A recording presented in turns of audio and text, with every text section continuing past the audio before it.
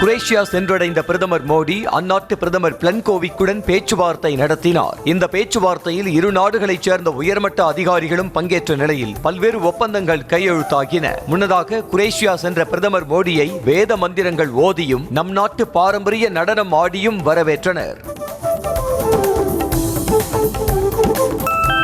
பிரதமர் மோடியை பார்த்து நீங்கள் தான் மிகச் சிறந்தவர் என இத்தாலி பிரதமர் ஜார்ஜியா மெலோனி புகழாரம் சூட்டினார். கனடாவில் நடைபெற்ற G7 உச்சி மாநாட்டில் பிரதமர் மோடியுடன் இத்தாலிய பிரதமர் ஜார்ஜியா மெலோனியும் கலந்து கொண்டார். அப்போது பிரதமர் மோடியை மெலோனி சந்தித்து பேசிய போது இருவரும் பரஸ்பரம் கைகுலுக்கி வரவேற்றுக் கொண்டனர். ISIS அமைப்புக்காக இளைஞர்களை மூளைச்சலவை செய்ததாக 2 பேரை தேசிய புலனாய்வு முகமை அதிகாரிகள் கைது செய்தனர். கோவை போத்தனூர் திருமலை நகரைச் சேர்ந்த அகமது அலி, உக்கடம் புல்லுக்காடையைச் சேர்ந்த ஜவஹர் சாதிக் ஆகியோரை கைது செய்த NIA அதிகாரிகள் சென்னை பூந்தமல்லி நீதிமன்றத்தில் ஆஜர்படுத்துவதற்காக பலத்த பாதுகாப்புடன் அழைத்து சென்றனர். திருச்செந்தூர் முருகன் கோயில் குடமுழுக்கு தமிழிலும் நடத்தப்படும் என இந்து சமய அறநிலையத்துறை அமைச்சர் சேகர் பாபு தெரிவித்தார். மதுரையில் செய்தியாளர்களுக்கு பேட்டி அளித்த அவர், திருச்செந்தூர் முருகனுக்கு தமிழிலும் குடமுழுக்கு நடத்த வேண்டும் என அறங்காவலர்கள் குழுக்கள் முடிவு செய்திருப்பதாக கூறினார். கடுமையான இழப்புகளால் அல்லல்படும் மா விவசாயிகளை திமுக அரசு கண்டுகொள்ளவில்லை என எடப்பாடி பழனிசாமி குற்றம் சாட்டியிருக்கிறார். மேலும் இதனை கண்டித்து கிருஷ்ணகிரியில் அதிமுக சார்பாக நாளை கண்டன ஆர்ப்பாட்டம் நடத்தப்படும் என்றும் அறிவித்திருக்கிறார். மாணவர்களின் கோரிக்கையை நிறைவேற்றும் வகையில் கூடுதல் பேருந்துகள் இயக்க நடவடிக்கை எடுக்கப்படும் என அமைச்சர் சிவசங்கர் கூறினார். பெரம்பலூர் மாவட்டம் குன்னம் வேப்பூர் பகுதிகளில் புதிய பணிகளை தொடங்கி வைக்க வருகை தந்த அவர், அரசு பள்ளிகளில் மாணவர் சேர்க்கை அதிகரித்து வருவதாகவும் பள்ளி நேரத்தில் கூடுதல் பேருந்துகள் இயக்கப்படும் எனவும் தெரிவித்திருக்கிறார். கீழடி விவகாரம் தொடர்பாக மதுரையில் திமுக ஆர்ப்பாட்டம் நடத்தியது குறித்து அதிமுக முன்னாள் அமைச்சர் RB உதயகுமார் விமர்சித்துள்ளார். வெண்ணையை கையில் வைத்துக் கொண்டு நெய்க்கு அலையும் கதையாக இருப்பதாக கூறியுள்ள அவர், கீழடி அகழாய்வு பிரச்சனையில் திமுக அரசு நீலி கண்ணீர் வடிப்பதாக குற்றம் சாட்டினார். மறைந்த முன்னாள் முதலமைச்சர் கலைஞர் கருணாநிதியின் பிறந்தநாளை முன்னிட்டு சென்னை சோழிங்கநல்லூரில் 1102 திருநங்கைகளுக்கு ஊக்கத்தொகை மற்றும் அறுசுவை உணவு வழங்கப்பட்டது. நிகழ்ச்சியில் அமைச்சர்கள் KN நேரு, மா சுப்பிரமணியன், மூர்த்தி ஆகியோர் கலந்து கொண்டு நலத்திட்ட உதவிகளை வழங்கினர். தங்கள் பிள்ளைகளை விஞ்ஞானியாக, பொறியாளராக, மருத்துவராக உருவாக்க வேண்டும் என தாங்கள் பார்ப்பதாகவும், ஆனால் அவர்களை மொழிபெயர்ப்பாளர்களாக மத்திய அரசு உருவாக்க பார்ப்பதாக அமைச்சர் அன்பில் மகேஷ் பொய்யாமொழி குற்றம் சாட்டினார். சென்னை காசிமேட்டில் பள்ளி கட்டடம் திறப்பு விழாவில் பங்கேற்று பேசிய அவர், ஹிந்தி கற்க வேண்டும் என கட்டாயப்படுத்தினால் ஒருபோதும் அதனை ஏற்க மாட்டோம் என்றார். பாஜக பாமக இடம்பெறும் கூட்டணியில் VCK ஒருபோதும் இடம்பெறாது என மதுரையில் அக்கட்சி தலைவர் திருமாவளவன் திட்டவட்டமாக தெரிவித்திருக்கிறார். அதிமுகவோடு கூட்டணியில் இணைவதில் பிரச்சனை இல்லை என்றாலும் அங்கு பாஜக இருப்பதால் அதற்கு வாய்ப்பில்லை எனவும் கூறியிருக்கிறார். கூடுதல் தொகுதி கேட்பதால் கூட்டணியில் விரிசல் ஏற்படாது என மார்க்சிஸ்ட் கம்யூனிஸ்ட் கட்சியின் மாநில செயலாளர் சண்முகம் தெரிவித்திருக்கிறார். கள்ளக்குறிச்சியில் நடைபெற்ற மக்கள் சந்திப்பு பிரச்சார இயக்க நடைபயணத்தில் பங்கேற்ற அவர், கூட்டணி குறித்து தேர்தல் நேரத்தில் பார்த்துக் கொள்ளலாம் என்றதால் பரபரப்பு ஏற்பட்டது. காவலர்கள் பணி நியமன ஆண்டை கருத்தில் கொண்டு பதவி உயர்வில் பாரபட்சம் காட்டினால் மக்களின் பாதுகாப்பு கேள்விக்குறியாகிவிடும் என பாஜக மாநில தலைவர் நயினார் நாகேந்திரன் குற்றம் சாட்டியிருக்கிறார். மேலும் 2011க்கு முன்பாக பணியில் சேர்ந்த காவலர்களுக்கு சிறப்பு காவல் உதவி ஆய்வாளர் பதவி உயர்வு கிடையாது என்கிற அரசாணைக்கும் கண்டனம் தெரிவித்திருக்கிறார். அதிமுக கூட்டணியில் தான் ஓட்டை விழும், திமுக கூட்டணியில் ஒருபோதும் ஓட்டை விழாது என அதிமுகவின் வைகை செல்வன் கருத்துக்கு தமிழ்நாடு காங்கிரஸ் கமிட்டி தலைவர் செல்வ பெருந்தகை பதிலடி கொடுத்திருக்கிறார். திருவள்ளூரில் செய்தியாளர்களை சந்தித்த அவர், தமிழ் மீது காழ்ப்புணர்வோடு உள்ள பாஜகவை தமிழக இளைஞர்களும் பொதுமக்களும் எப்படி ஏற்றுக்கொள்வார்கள் என கேள்வி எழுப்பினர். சென்னை வேளச்சேரியில் நடைபெற்று வரும் தனியார் அகாடமி மீது MP தமிழச்சி தங்கபாண்டியனின் உறவினர் என கூறிக்கொண்டு தாக்குதல் நடத்தியதாக புகார் எழுந்திருக்கிறது. காவல்துறையினரிடம் புகார் அளித்தும் நடவடிக்கை இல்லை என அகாடமியைச் சேர்ந்தவர்கள் சென்னை ஆணையர் அலுவலகத்தில் தர்ணாவில் ஈடுபட்டனர். காலி காலி பணியிடங்களை நிரப்ப கோரி வரும் 25ஆம் தேதி பணிகளை புறக்கணித்து போராட்டம் நடத்த உள்ளதாக வருவாய்த்துறை சங்கங்களின் கூட்டமைப்பு அறிவித்துள்ளது. இது தொடர்பாக வெளியிட்டுள்ள அறிக்கையில் மாவட்ட தலைநகரங்களில் பேரணி மற்றும் தர்ணா போராட்டத்தில் ஈடுபட உள்ளதாக தெரிவிக்கப்பட்டுள்ளது. பரமக்குடி துப்பாக்கிச்சூடு சம்பவம் தொடர்பாக விசாரணை நிலை அறிக்கை குறித்து சிபிஐ பதிலளிக்க உயர்நீதிமன்ற மதுரை கிளை உத்தரவிட்டது. மாநகரியைச் சேர்ந்த வழக்கறிஞர் நீதிமன்றத்தில் தாக்கல் செய்த மனுவில் இதுகுறித்து ஆர்டிஐயில் கேள்வி எழுப்பியதாகவும் மனுவை நிராகரித்து தகவல் தர இயலாது என சிபிஐ பதிலளித்திருப்பதாக கூறியுள்ளார். மாநில நுகர்வோர் குறைதீர் ஆணையத்திற்கு கூடுதல் உறுப்பினரை 3 மாதங்களில் நியமிக்க வேண்டும் என தமிழ்நாடு அரசுக்கு சென்னை உயர்நீதிமன்றம் உத்தரவிட்டது. இதுகுறித்த வழக்கு கடந்த முறை விசாரணைக்கு வந்தபோது கூடுதல் உறுப்பினர் நியமிக்க கோரி ஆணைய தலைவர் அனுப்பிய கடிதத்தின் மீது நடவடிக்கை எடுக்காதது குறித்து நீதிமன்றம் அதிருப்தி தெரிவித்திருந்தது. சமூக வலைதளங்களில் போலி கணக்குகளை உருவாக்கி பெண்கள் நிர்வாணமாக இருக்கும் 13,500 புகைப்படங்கள் மற்றும் வீடியோக்களை பதிவேற்றியதாக கர்நாடகாவின் பெல்லாரி மாவட்டத்தைச் சேர்ந்த இளைஞர் சுபம் குமாரை போலீசார் கைது செய்தனர். மாணவி அளித்த புகாரின் அடிப்படையில் மும்பை போலீசார் வழக்கு பதிவு செய்து நடவடிக்கை எடுத்தனர். ஈரானில் போர் பதற்றம் நீடித்து வருவதால் அங்கிருந்து அர்மீனியாவுக்கு அழைத்து வரப்பட்ட 90 மாணவ மாணவிகள் இண்டிகோ விமானம் மூலம் இன்று இந்தியாவுக்கு அழைத்து வரப்படுகின்றனர். இஸ்ரேல் ஈரான் இடையே போர் நடந்து வருவதால் ஈரானில் சிக்கியுள்ள இந்தியர்களை மீட்க ஆபரேஷன் சிந்து நடவடிக்கையை மத்திய அரசு தொடங்கியது. அருணாச்சல பிரதேசத்தில் ஏற்பட்ட நிலநடுக்கம் ரிக்டர் அளவில் 3.5 பதிவான நிலையில் பொதுமக்கள் அச்சமடைந்தனர். இந்த நிலநடுக்கத்தால் ஏற்பட்ட பாதிப்புகள் பற்றிய விவரங்கள் எதுவும் வெளியிடப்படவில்லை என கூறப்படுகிறது. கடலூர் மாவட்டம் விருத்தாச்சலம் பேருந்து நிலையத்தில் 24 மணி நேரமும் கடைகளை திறந்து வைக்க அனுமதி கோரி அமைச்சர் கணேசன் வீட்டை முற்றுகையிட்ட வியாபாரிகளால் பரபரப்பு ஏற்பட்டது. பேருந்து நிலையத்தில் செயல்படும் கடைகள் காலை 5 மணி முதல் இரவு 11 மணி வரை மட்டுமே திறந்திருக்க வேண்டும் என காவல்துறையினர் அறிவுறுத்தியுள்ளனர். மதுரை தூத்துக்குடி தேசிய நெடுஞ்சாலையில் சுங்க கட்டணம் வசூல் செய்ய இடைக்கால தடை விதிக்க கோரிய மனுவை 8 வாரங்கள் ஒத்திவைத்து உயர்நீதிமன்ற மதுரை கிளை உத்தரவிட்டுள்ளது. சுங்கச்சாவடி கட்டணம் செலுத்தியும் தரமான சாலை மற்றும் கட்டமைப்பு வசதிகள் இல்லாததால் வாகன ஓட்டிகள் மிகுந்த சிரமங்களை சந்திக்க வேண்டிய சூழ்நிலை உள்ளதாக தாக்கல் செய்யப்பட்ட மனுவில் இந்த உத்தரவு பிறப்பிக்கப்பட்டுள்ளது. தென்காசியில் காவலர்களுக்கு கொலை மிரட்டல் விடுத்த நபருக்கு உயர்நீதிமன்ற மதுரை கிளை நிபந்தனை ஜாமீன் வழங்கியது. இந்த வழக்கை விசாரித்த நீதிபதி தென்காசியைச் சேர்ந்த கருத்த பாண்டி ஆலங்குளம் காவல் நிலையத்தில் காலை மற்றும் மாலை என 2 வேளைகளில் கையெழுத்திட வேண்டும் என்றும் உத்தரவிட்டார். சென்னையில் திருமண மோசடி செய்ததாக சின்னத்திரை நடிகை மீது அளிக்கப்பட்ட புகாரில் காதல் கணவர் நேரில் ஆஜரானார். ஏமாற்றி திருமணம் செய்து 20 லட்சம் ரூபாய் வரை மோசடி செய்ததாக அளிக்கப்பட்ட புகாரில் பூந்தமல்லி போலீசார் இருவரையும் நேரில் ஆஜராகும்படி சம்மன் அனுப்பியிருந்தனர். அதன்படி புகார் அளித்த ராஜ்கண்ணன் ஆஜரான நிலையில் நடிகை ரிஹானா பேகம் ஆஜராகவில்லை என கூறப்படுகிறது.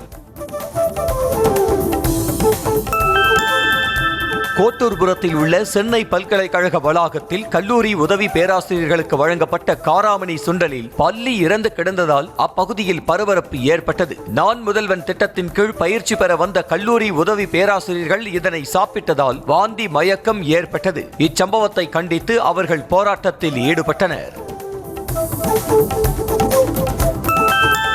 சென்னை கிண்டியில் உள்ள ஆளுநர் மாளிகையில் காசி தமிழ்ச் சங்கமம் 3.0 குறித்த கட்டுரை போட்டியில் வெற்றி பெற்றவர்களுக்கு பரிசுத் தொகை வழங்கும் நிகழ்வு நடைபெற்றது. நிகழ்வில் தமிழ்நாடு ஆளுநர் RN ரவி, சென்னை IIT இயக்குனர் காமக்கோடி உள்ளிட்டோர் பங்கேற்றனர். ஒற்றை சிறகு ஓவிய நாவலுக்காக எழுத்தாளர் விஸ்வபுரம் சரவணனுக்கு 2025ஆம் ஆண்டிற்கான பால சாகித்ய புரஸ்கார் விருது அறிவிக்கப்பட்டுள்ளது. ஆண்டுதோறும் குழந்தைகளுக்கான இலக்கிய படைப்புகளுக்காக பால சாகித்ய புரஸ்கார் விருதை மத்திய அரசின் கலாச்சார அமைச்சகத்தின் கீழ் செயல்படும் சாகித்ய அகாடமி அமைப்பு வழங்கி வருகிறது. ஜூலை 9ஆம் தேதி ஒரு நாள் முழு வேலை நிறுத்தத்தில் ஈடுபட போவதாக டாஸ்மாக் பணியாளர்கள் சங்கத்தினர் தெரிவித்தனர். சென்னை சிந்தாதிரிப்பேட்டையில் நடைபெற்ற மாநில நிர்வாக குழு கூட்டத்தில் தொழிலாளர்களின் உரிமைகளை வலியுறுத்தி மத்திய தொழிற்சங்கங்கள் ஒன்றிணைந்து நடத்தும் போராட்டத்தில் டாஸ்மாக் பணியாளர் சங்கமும் பங்கேற்கும் என்று முடிவெடுக்கப்பட்டதாக கூறப்பட்டது. முத்தமிழ் தொலைக்காட்சி செய்தி எதிரொலியாக தனியார் பள்ளியில் கல்வித்துறை அதிகாரிகள் விசாரணை நடத்தினர். தேனி மாவட்டம் பெரியகுளம் விக்டரி மெட்ரிகுலேஷன் பள்ளியில் தமிழ் மற்றும் ஆங்கில எழுத்துக்கள் தெரியாததால் 1ஆம் வகுப்பு மாணவியை நீக்கியது குறித்து செய்தி வெளியிடப்பட்டது.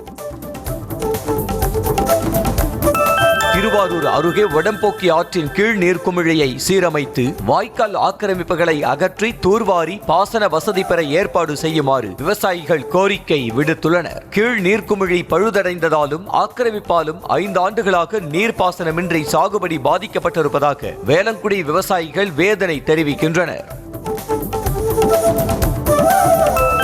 அரியலூர் மாவட்டம் ஜெயங்கொண்டம் 16வது வார்டு பகுதியில் போதிய குடிநீர் வழங்கப்படுவதில்லை என கோரி பொதுமக்கள் நகராட்சி அலுவலகத்தை முற்றுகையிட்டனர். பல முறை நகராட்சி நிர்வாகத்திடம் புகார் அளித்தும் அதிகாரிகள் நடவடிக்கை எடுக்கவில்லை என குற்றம் சாட்டினர். திருவண்ணாமலை மாவட்டம் வந்தவாசி அருகே வீட்டின் பூட்டை உடைத்து 35 சவரன் தங்க நகைகளை திருடிய 3 பேரை போலீசார் கைது செய்தனர். நடேச நகரைச் சேர்ந்த பழனி என்பவரது வீட்டில் கைவரிசை காட்டிய சுதாகர், அரவிந்தன், தன்ராஜ் ஆகியோரிடமிருந்து போலீசார் 5 சவரன் நகைகளை பறிமுதல் செய்தனர்.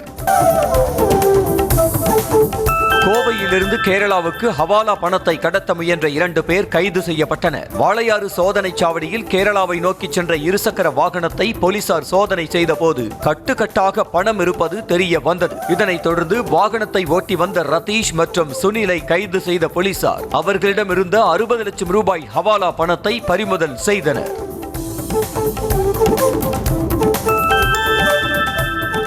திண்டுக்கல் மாவட்டம் பழனியில் ISIS தீவிரவாத அமைப்புக்கு ஆதரவாக சமூக வலைதளங்களில் செயல்பட்டதாக தேங்காய் வியாபாரி கைது செய்யப்பட்டார். 2022ஆம் ஆண்டு நெய்க்காரப்பட்டியில் தேங்காய் வியாபாரம் செய்து வந்த ராஜா முகமது என்பவர் வீட்டில் தேசிய புலனாய்வு முகமையினர் சோதனை நடத்தியிருந்த நிலையில் தற்போது 3 ஆண்டுகளுக்கு பிறகு மீண்டும் சோதனை நடத்தப்பட்டது.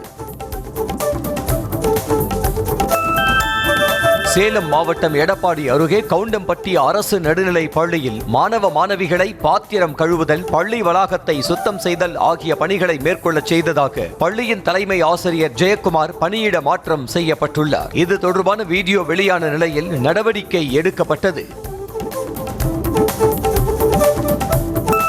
திண்டுக்கல் மாவட்டம் நத்தம் அருகே கிராம கோவிலை இந்து சமய அறநிலையத்துறையிடம் ஒப்படைக்க கூடாது என கிராம மக்கள் நத்தம் அலுவலகத்தில் மனு அளித்தனர். வேலாயுதம்பட்டி முத்தாலம்மன் கோவில் புரவி எடுப்பு விழா தொடர்பாக இரு தரப்பினரிடையே மோதல் ஏற்பட்டது. இதனால் ஒரு தரப்பினர் கோவிலை அறநிலையத்துறையிடம் ஒப்படைக்கும்படி மனு அளித்தனர். திருப்பூர் மாவட்டம் உடுமலை அருகே அமராவதி அணையில் உபரி நீர் திறக்கப்பட்டு கூட்டாற்றில் வெள்ளப்பெருக்கு ஏற்பட்டுள்ளதால் ஆபத்தான முறையில் பரிசல்களில் மலைவாழ் மக்கள் ஆற்றை கடந்து செல்லும் நிலை ஏற்பட்டுள்ளது. அமராவதி அணை நீர்பிடிப்பு பகுதிகளில் பெய்த கனமழை காரணமாக நீர்வரத்து அதிகரித்து அணையிலிருந்து உபரி நீர் திறக்கப்பட்டுள்ளது. தூத்துக்குடி மாவட்டம் வேலாயுதபுரம் அருகே வந்தே பாரத் ரயில் மீது கல் வீசி தாக்கிய நபரை போலீசார் வலை வீசி தேடி வருகின்றனர். வந்தே பாரத் ரயிலின் C16 பெட்டி கண்ணாடி சேதமடைந்த நிலையில் மர்ம நபர் மீது போலீசார் வழக்கு பதிவு செய்தனர். தேனி மாவட்டம் கூடலூர் அருகே மாமியாரை கத்தியால் தொண்டையில் குத்தி கொலை செய்து தப்பி ஓடிய மருமகனை போலீசார் தேடி வருகின்றனர். பிரிந்து சென்ற மனைவியை அழைக்க குள்ளப்ப கவுண்டன்பட்டிக்கு சென்ற போது மாமியார் பூங்கொடி வாக்குவாதம் செய்ததால் மருமகன் சுருளி கத்தியால் கழுத்தில் குத்தி கொலை செய்தார். திருவாரூர் அருகே பாலியல் துன்புறுத்தல் செய்யப்பட்டு ஆற்று நீரில் மூழ்கடித்து கொலை செய்யப்பட்ட பெண்ணுக்கு 25 லட்சம் ரூபாய் இழப்பீடு வழங்க வேண்டும் என பொதுமக்கள் ஆர்ப்பாட்டம் நடத்தினர். பெருமாளகரம் பகுதியில் ஆடு மேய்க்க சென்ற சுதா என்பவரை அவ்வழியாக மதுபோதையில் சென்ற அஜித்குமார், முருகன் ஆகியோர் பாலியல் ரீதியாக துன்புறுத்தி கொலை செய்தனர். தூத்துக்குடி மாவட்டம் திருச்செந்தூர் முருகன் கோவில் கும்பாபிஷேகத்தை முன்னிட்டு பக்தர்களின் பாதுகாப்பு குறித்து நெல்லை சரக DIG நேரில் ஆய்வு செய்தார். வரும் ஜூலை 7ஆம் தேதி நடைபெற உள்ள கும்பாபிஷேகத்தில் லட்சக்கணக்கான பக்தர்கள் பங்கேற்பார்கள் என எதிர்பார்க்கப்படுகிறது. நீலகிரி மாவட்டம் கூடலூர் அருகே காட்டு யானைகளை அதிநவீன தெர்மல் இமேஜிங் ட்ரோன்ஸ் மூலம் கண்காணிக்கும் முயற்சியில் வனத்துறையினர் ஈடுபட்டுள்ளனர். கூடலூர் அருகே முக்கூர் கிராம பகுதியில் கடந்த 2 நாட்களாக காட்டு யானைகள் சுற்றி திரிந்து வரும் நிலையில் போலீசார் இந்த முயற்சியில் ஈடுபட்டுள்ளனர். கோவை மாவட்டம் இருகூர் பகுதியில் பெண்ணிடம் செயின் பறிப்பில் ஈடுபட்ட நபரை போலீசார் கைது செய்தனர். இருகூர் முத்துராமலிங்க தேவர் சாலையில் நடந்து சென்ற நாகரத்தினம் என்ற பெண்ணின் கழுத்தில் அணிந்திருந்த செயினை பறித்து சென்ற முகமது சாதிக் என்பவரை போலீசார் கைது செய்தனர். ராமநாதபுரம் மாவட்டம் புது ரோடு பகுதியில் 1.5 வயது பெண் குழந்தை பக்கெட்டில் இருந்த தண்ணீரில் மூழ்கி உயிரிழந்தது. புது ரோடு பகுதியைச் சேர்ந்த கணேசன் ஜெயந்தி தம்பதியினருக்கு 15 ஆண்டுகள் கழித்து பிறந்த சுசனா என்ற 1.5 வயது குழந்தை வீட்டின் வாசலில் விளையாடிக் கொண்டிருந்த போது எதிர்பாராத விதமாக பக்கெட்டில் விழுந்திருக்கிறது. திருப்பூர் SR நகர் பகுதியில் புதிதாக திறக்கப்பட்ட டாஸ்மாக் கடைக்கு எதிர்ப்பு தெரிவித்து போராட்டத்தில் ஈடுபட்ட பொதுமக்களை போலீசார் கைது செய்தனர். புதிய டாஸ்மாக் கடையை திறந்தால் நாள்தோறும் மதுப்பிரியர்களின் தொல்லை அதிகரிக்கும் என பொதுமக்கள் குற்றம் சாட்டினர். திருநெல்வேலி மாவட்டம் நெல்லையப்பர் கோவில் தேர் திருவிழாவை முன்னிட்டு தேர் அலங்கார பணிகள் தீவிரமாக நடைபெற்று வருகிறது. வரும் ஜூன் 30ஆம் தேதி நெல்லையப்பர் கோவில் திருவிழா கொடியேற்றத்துடன் தொடங்க உள்ள நிலையில் வீதியில் வலம் வர உள்ள 5 தேர்களை அலங்கரிக்கும் பணியில் இரவு பகலாக ஊழியர்கள் ஈடுபடுத்தப்பட்டுள்ளனர். மதுரை மாவட்டம் மேலூர் அருகே கக்கன் மணிமண்டப நூலகத்தில் நூல்கள் பாதிப்படைந்து வருவதாக ஆட்சியரிடம் புகார் மனு அளிக்கப்பட்டது. தும்பைப்பட்டியில் நடைபெற்ற கக்கன் பிறந்தநாள் விழாவில் பங்கேற்ற ஆட்சியர் சங்கீதாவிடம் நூலகத்தின் ஜன்னல் கண்ணாடிகள் உடைந்து கிடப்பதால் எலிகள் உள்ளே புகுந்து புத்தகங்களை சேதப்படுத்துவதாக சமூக ஆர்வலர் கல்லானை சுந்தரம் மனு அளித்தார். கோவை துடியலூரில் சாலையை சீரமைக்க கோரி அதிமுக பாஜகவினர் திடீரென போராட்டத்தில் ஈடுபட்டதால் பரபரப்பு நிலவியது. மாநகராட்சி முதல் வார்டில் பாதாள சாக்கடை பணிக்காக ஆங்காங்கே தோண்டப்பட்ட குழிகள் சரிவர மூடப்படாததால் சாலை சேரும் சகதியுமாக மாறியது. இதனால் வாகன ஓட்டிகளுக்கு அச்சுறுத்தலாக இருப்பதாக கூறி போராட்டத்தில் ஈடுபட்டனர். நாமக்கல் மாவட்டம் பள்ளிப்பாளையத்தில் வெறிநாய் கடித்ததாக கூறி காலில் காயங்களுடன் கண்ணீர் விட்டு மூதாட்டி கதறி அழும் வீடியோ வெளியாகி உள்ளது. கண்டிப்புதூரைச் சேர்ந்த மூதாட்டி வீட்டிற்கு அருகில் நடந்து சென்று கொண்டிருந்த போது அவரது காலில் வெறிநாய் கடித்தது. திருச்சி மாவட்டம் முசிறி அருகே மது அருந்த பணம் கொடுக்க மறுத்ததால் தாயை அடித்து கொலை செய்த மகனை போலீசார் கைது செய்தனர். காமாட்சிப்பட்டியைச் சேர்ந்த வேலுமணி என்பவர் குடிப்பழக்கத்திற்கு அடிமையான நிலையில் அடிக்கடி தனது தாயிடம் மது குடிப்பதற்கு பணம் கேட்டு தொல்லை கொடுத்து வந்ததாக கூறப்படுகிறது. கடலூரில் 2ஆம் வகுப்பு மாணவி உயிரிழந்த விவகாரத்தில் அரசு பள்ளி ஆசிரியர்கள் 2 பணி இடைநீக்கம் செய்யப்பட்டனர். கீழ் அழிஞ்சிப்பட்டு கிராமத்தைச் சேர்ந்த பிரியதர்ஷினி அங்குள்ள அரசு நடுநிலை பள்ளியில் படித்து வந்த போது அவருக்கு உடல்நலக் குறைவு ஏற்பட்டது. ஆனால் பள்ளி ஆசிரியர்கள் அலட்சியமாக செயல்பட்டதாக கூறப்படுகிறது. புதுக்கோட்டையில் அம்பேத்கர் சிலை முன்பு மாலை மாற்றிக்கொண்டு காதல் திருமணம் செய்த ஜோடி பாதுகாப்பு கேட்டு SP அலுவலகத்தில் தஞ்சம் அடைந்தனர். மயிலாடுதுறை மாவட்டம் சீர்காழியில் வசித்து வந்த பட்டியலினத்தைச் சேர்ந்த வசந்தகுமார் என்பவர் வேறு சமூகத்தைச் சேர்ந்த ராஜராஜேஸ்வரியை 5 ஆண்டுகளாக காதலித்து சாதி மறுப்பு திருமணம் செய்து கொண்டார். மதுரையில் பல்வேறு கோரிக்கைகளை வலியுறுத்தி மாநகராட்சி மைய கட்டட அலுவலகம் முன்பு சுமார் 300க்கும் மேற்பட்ட தூய்மை பணியாளர்கள் காத்திருப்பு போராட்டத்தில் ஈடுபட்டனர். தூய்மை பணியாளர்கள் மற்றும் மாநகராட்சி வாகன ஓட்டுநர்கள் தங்களது பணியை புறக்கணித்ததால் மாநகராட்சி பகுதியில் தூய்மை பணி பாதிக்கப்பட்டது.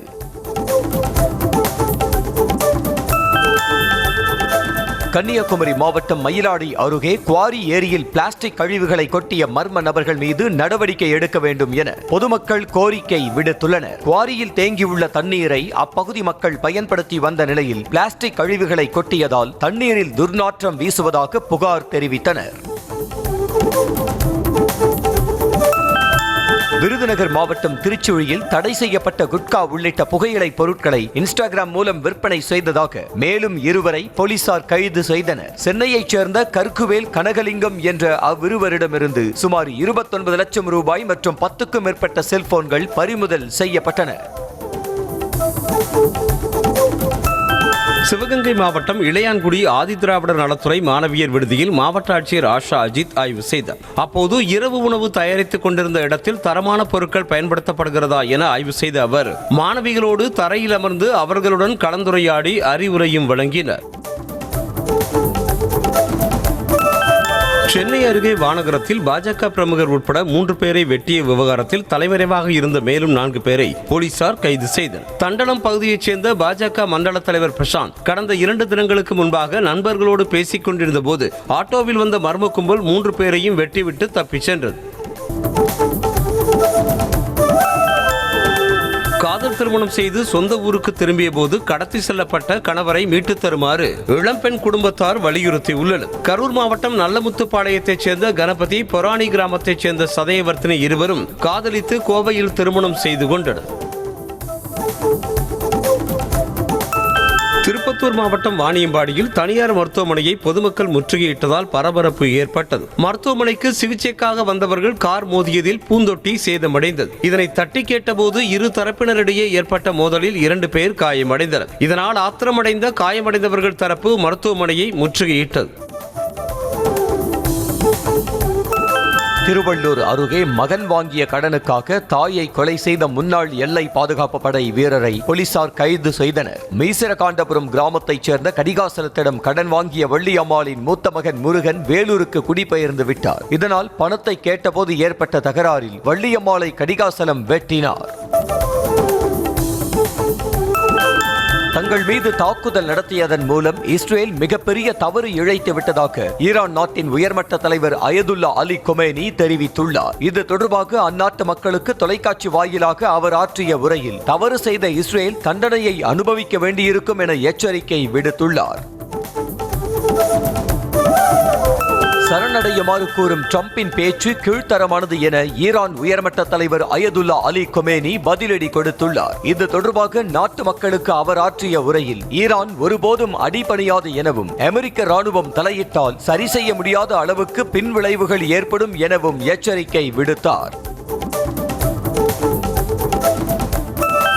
ஈரான் உடனான போர் உக்கிரமாவதன் காரணமாக இஸ்ரேல் மக்கள் ரயில் நிலைய சுரங்கங்களில் தஞ்சமடைந்து வருகின்றனர். ராமத் கான் நகரில் உள்ள ரயில் நிலைய சுரங்கங்களில் தஞ்சமடைந்திருக்கும் ஆயிரக்கணக்கான மக்கள் வரிசையாக அமர்ந்தும் படுத்தும் ஓய்வெடுக்கும் காட்சிகள் வெளியாகியுள்ளன. தாய்லாந்துடன் எல்லை பிரச்சினை நீடித்து வரும் சூழலில் கம்போடியா ராணுவத்திற்கு ஆதரவாக அந்நாட்டு மக்கள் ஆயிரக்கணக்கானோர் பேரணி நடத்தினர். தலைநகர் புனோம் பென்னில் நடைபெற்ற பேரணியில் பங்கேற்றவர்கள் நாட்டின் தேசிய கொடி மற்றும் அந்நாட்டின் பிரதமர் ஹன் மோனெட், முன்னாள் பிரதமர் ஹூன் சென் ஆகியோரின் உருவப்படங்களை ஏந்திச் சென்றனர். தெற்கு சீனாவில் பெய்த பலத்த மழையால் ஏற்பட்ட வெள்ளப்பெருக்கு காரணமாக குவாங்டாங் மாகாணம் மற்றும் குவாங்சி ஜுவாங் தன்னாட்சி பகுதியின் சில பகுதிகள் மழை நீரில் மூழ்கின. இந்த சூழலில் குவாங்டாங் மாகாணத்தில் வானளாவிய கட்டடங்கள் மற்றும் குடியிருப்புகளை வெள்ளம் சூழ்ந்தது தொடர்பான கழுகு பார்வை காட்சி வெளியாகியுள்ளது. இஸ்ரேல் மற்றும் ஜெருசலேம் பகுதியில் இரவு முழுவதும் ஏவுகணை தாக்குதல் நடைபெற்றதால் இஸ்ரேல் முழுவதும் சைரன்கள் ஒலித்தன. ஏவுகணைகள் அனைத்தும் இஸ்ரேலை குறிவைத்து ஈரானில் இருந்து ஏவப்பட்டதாக ராணுவம் தெரிவித்தது. இஸ்ரேல் ஈரான் இடையிலான மோதல் 6 நாட்களை கடந்து நீடித்து வருகிறது. அமெரிக்க அதிபர் டொனால்டு டிரம்ப் உடனான தனது சந்திப்பு நன்கு திட்டமிட்டதாகவும் நேர்மறையான முடிவுகளை தரக்கூடியதாக இருக்க வேண்டும் என்று ரஷ்ய அதிபர் விளாடிமிர் புட்டின் தெரிவித்தார். ரஷ்யாவுடனான உறவை புதுப்பிப்பது தொடர்பான நடவடிக்கைகளை அமெரிக்கா எடுக்கும் என்று நம்புவதாக கூறினார். டிரம்பின் வணிக பின்னணி மீது நம்பிக்கை வைப்பதாக தெரிவித்தார். ஈரான் மீது தாக்குதல் நடத்துவது குறித்து இன்னும் முடிவு செய்யவில்லை என அமெரிக்க அதிபர் டொனால்டு டிரம்ப் தெரிவித்துள்ளார். ஈரானிய அணுசக்தி நிலையங்களை தாக்கலாம், தாக்காமலும் இருக்கலாம் என்றும் நாங்கள் என்ன செய்ய போகிறோம் என்று யாருக்கும் தெரியாது என கூறியுள்ளார். இஸ்ரேல் ஈரான் இடையே போர் பதற்றம் நிலவி வரும் சூழலில் இஸ்ரேலில் இருந்து தனது குடிமக்கள் வெளியேறுவதற்கான உதவிகளை ஜெர்மனி அரசு மேற்கொண்டு வருகிறது. இஸ்ரேலில் இருந்து ஜோர்டான் தலைநகர் அம்மானுக்கு அழைத்து செல்லப்படும் ஜெர்மானியர்கள் அங்கிருந்து விமானம் மூலமாக ஜெர்மனிக்கு பயணம் மேற்கொள்கின்றனர். முதற்கட்டமாக 171 பேர் ஜெர்மனி சென்றடைந்தனர். ஐபிஎல்லில் இருந்து நீக்கப்பட்ட கொச்சி அணிக்கு இந்திய கிரிக்கெட் வாரியம் 538 கோடி ரூபாய் இழப்பீடு வழங்க வேண்டும் என்ற உத்தரவை மும்பை உயர்நீதிமன்றம் உறுதி செய்தது. வருடாந்திர தொகையை செலுத்த தவறியதாக 2011ஆம் ஆண்டு கொச்சி டைகர்ஸ் அணி நீக்கப்பட்டது. இதனை எதிர்த்து தீர்ப்பாயத்தில் கொடுத்த வழக்கில் இழப்பீடு வழங்க பிசிசிஐக்கு தீர்ப்பாயம் உத்தரவிட்டது. இங்கிலாந்தில் அடுத்த ஆண்டு நடைபெறும் மகளிர் T20 கோப்பைக்கான அட்டவணையை ICC வெளியிட்டது. ஜூன் 12ஆம் தேதி தொடங்கும் தொடரின் இறுதிப் போட்டி ஜூலை 5ஆம் தேதி நடைபெறுகிறது. ஜூலை 14ஆம் தேதி தனது முதல் போட்டியில் பாகிஸ்தான் அணியை இந்தியா எதிர்கொள்கிறது. இந்த தொடரில் மொத்தம் 12 அணிகள் பங்கேற்கின்றன. இந்தியாவுக்கு எதிரான முதல் டெஸ்ட் போட்டியில் பங்கேற்கும் 11 வீரர்களின் பட்டியலை இங்கிலாந்து கிரிக்கெட் வாரியம் அறிவித்தது. லீட்ஸில் நாளை இந்த போட்டி தொடங்குகிறது. பென் ஸ்டோக்ஸ் தலைமையிலான அணியில் வேகப்பந்து வீச்சாளர் கிறிஸ் வோக்ஸ் மீண்டும் இடம் பிடித்துள்ளார். 5 டெஸ்ட் போட்டிகள் கொண்ட தொடரில் சுப்மன் கில் தலைமையில் இந்திய அணி களமிறங்குகிறது. TNPL தொடரில் போட்டியின் போது பந்தை சேதப்படுத்தியதாக திண்டுக்கல் அணி மீது அளித்த புகார் மதுரை அணி திரும்ப பெற்றதாக தமிழ்நாடு கிரிக்கெட் சங்கம் தெரிவித்தது. விளையாட்டின் நலன், போட்டியை சுமூகமாக நடத்துவது ஆகியவற்றை கருத்தில் கொண்டு புகாரை திரும்ப பெற மதுரை அணியின் நிர்வாகம் மற்றும் பயிற்சியாளர்கள் முடிவு செய்திருப்பதாக கூறப்படுகிறது. ஹாலிவுட் நடிகர் டாம் கிரூஸ் திரைத்துறைக்கு ஆற்றிய பங்களிப்பை கௌரவிக்கும் விதமாக அவருக்கும் கௌரவ ஆஸ்கார் விருது வழங்கப்படும் என Academy of Motion Pictures and Science அமைப்பு அறிவித்திருக்கிறது. கவர்னஸ் விருது என்று அழைக்கப்படும் இந்த விருது வழங்கும் விழா நவம்பர் 16ஆம் தேதி நடைபெற உள்ளது. நாமக்கல் ஆஞ்சநேயர் கோவிலில் உள்ள 18 அடி உயர ஆஞ்சநேயர் சிலைக்கு 500 கிலோ எடை கொண்ட சுமார் 1500 மாங்கனிகளால் அலங்காரம் செய்து பக்தர்கள் வழிபட்டனர். நகரின் மைய பகுதியில் உள்ள இக்கோவிலில் ஒரே கல்லில் செதுக்கப்பட்ட 18 அடி உயர ஆஞ்சநேயர் சிலை இருகரம் கூப்பியபடி பக்தர்களுக்கு அருள் பாலித்து வருகிறார். அஷ்டமி நாளை ஒட்டி ஆஞ்சநேயர் சிலை மாங்கனிகளால் அலங்கரிக்கப்பட்டது.